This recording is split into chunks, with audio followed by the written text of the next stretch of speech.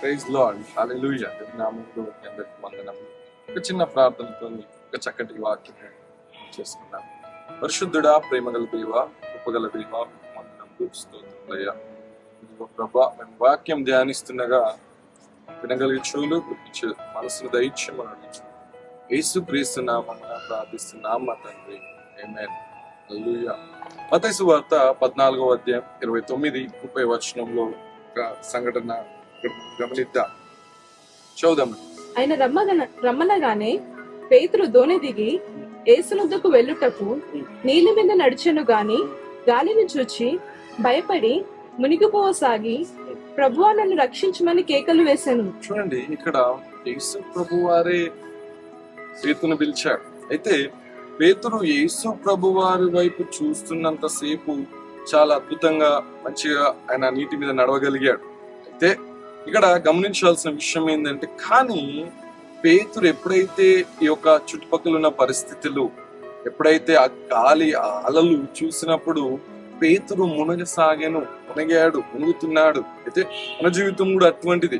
యేసు ప్రభు వారి వైపు, దేవుని వైపు మన జీవితము చూస్తూ నడిచినంత కాలం చాలా అద్భుతంగా నడుస్తాం. మన చుట్టుపక్కల ఎన్ని పరిస్థితులున్నా, ఎన్ని భయంకరమైన పరిస్థితులున్నా, మనం పరిస్థితులు కాకుండా యేసు ప్రభు వారి వైపు చూస్తున్నప్పుడు మనం మన యాత్ర మంచిగా కొనసాగించబడుతుంది. అందుకే దావీదు ఒక అద్భుతమైన మాట మాట్లాడుతుంటాడు.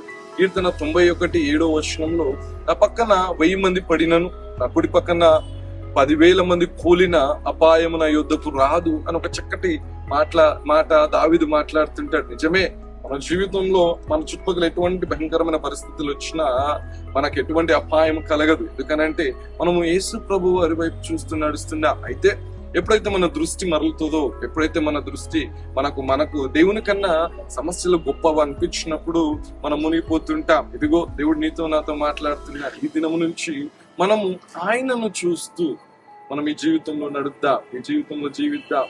ఎప్పుడైతే ఆయనను చూస్తూ మనం నడుస్తుంటామో తప్పకుండా మనము మన యొక్క పరుగుని మనము కడముట్టిస్తాం. అయితే ఇక్కడ గమనించాల్సిన విషయం ఏంటంటే, ఆయనను చూడకుండా నడిస్తే, పరిస్థితులను చూస్తే తప్పకుండా మనం పడిపోతుంటాం. అయితే ఆయన చూసి మనం నడుద్దాం. దేవుడు ఈ మాటలు మీ జీవితంలో, మన జీవితంలో నెరవేర్చును గాక. Praise the Lord. God bless you.